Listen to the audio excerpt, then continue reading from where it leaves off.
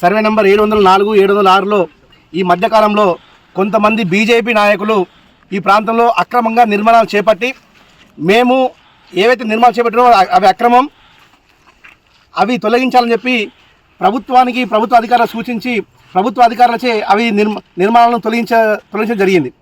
మళ్ళీ అర్ధరాత్రి అక్రమంగా వాటి నిర్మాణాలు చేపట్టి ఏదైతే గత ప్రభుత్వంలో 5 ఎకరాల స్థలాన్ని 704, 706 సర్వే నెంబర్లో 5 ఎకరాల స్థలాన్ని క్రీడా ప్రాంగణం కేటాయించారో అది భూమి కబ్జాకు అవుతుంది.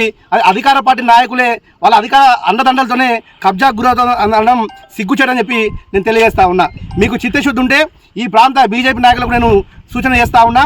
మీకు చిత్తశుద్ధి ఉంటే ఎవరైతే కబ్జాలకు పాల్పడినో మీ నాయకుల్ని వెంటనే వాళ్ళపైన చర్యలు తీసుకోవాలి, వాళ్ళని సస్పెండ్ చేయాలి, వాళ్ళపైన కఠినంగా చర్యలు తీసుకోవాల్సిందిగా మీరు పోలీస్ స్టేషన్లో ఫిర్యాదు చేయవలసిందిగా నేను మీకు సూచిస్తా ఉన్నా. దొంగలే దొంగలు అన్నట్టుగా వాళ్ళే పోయి అధికారులను కలిసి ఇలా ప్రభుత్వం పైన బురద జల్లే ప్రయత్నం చేస్తూ ఉన్నారు. ఇది తప్పు సుమా, ఇది మంచిది కాదు. ఏదైతే ఎవరైనా సరే, నేను మొన్ననే చెప్పిన క్లియర్ మీకు ప్రెస్ మీట్లో, కాంగ్రెస్, బీజేపీ, బీఆర్ఎస్ ఇంకా వగైరా వగైరా ఏ పార్టీ అయినా సరే చట్టం అనేది ఎవరి చుట్టం కాదు, అందరికీ ఒకే న్యాయం ఉంటుంది. ఎవరి అక్రమ నిర్మాణం చేపట్టినా వారి నిర్మాణం తొలగిస్తాం. ఏదైతే పేద ప్రజల కోసం ఈ జవహర్ నగర్ ప్రాంతంలో కాంగ్రెస్ ప్రభుత్వం అండగా ఉంటుంది. పేద ప్రజల అవసరాల కోసం ఈ ప్రభుత్వం కేటాయించిన 13 ఏవైతే ప్రొసీడింగ్ ఆర్డర్స్ ఉన్నాయో వాటిని అన్నింటినీ కూడా తిరిగి స్వాధీనపరచుకొని ఈ పేద ప్రజలకు అండగా ఉండే విధంగా, పేద ప్రజలకు అవసరంగా తీర్చే విధంగా మా చర్యలు ఉంటాయని చెప్పి తెలియజేస్తూ ఉన్నాం.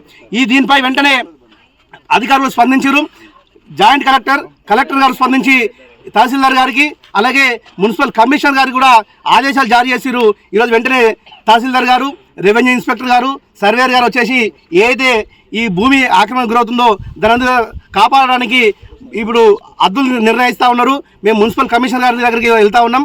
వెంటనే దీని అంతా ఫినిషింగ్ చేసేసుకొని ఈ ప్రాంత యువకుల కోసం మేము వారికి అండగా ఉంటామని తెలియజేస్తూ ఉన్నాం.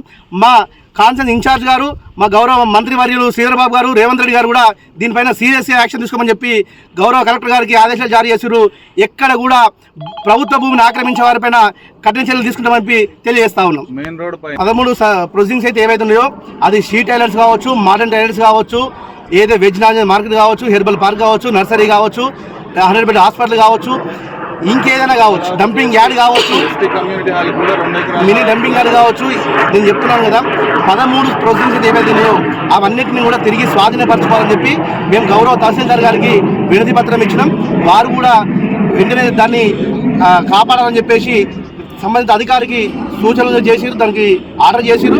అది వెంటనే ఈ మధ్యకాలంలోనే స్వాధీనపరచుకొని పేద ప్రజలకు అవసరాల నిమిత్తం ఆ స్థలాన్ని వాడతామని చెప్పి మీ ద్వారా తెలియజేస్తా ఉన్నాం.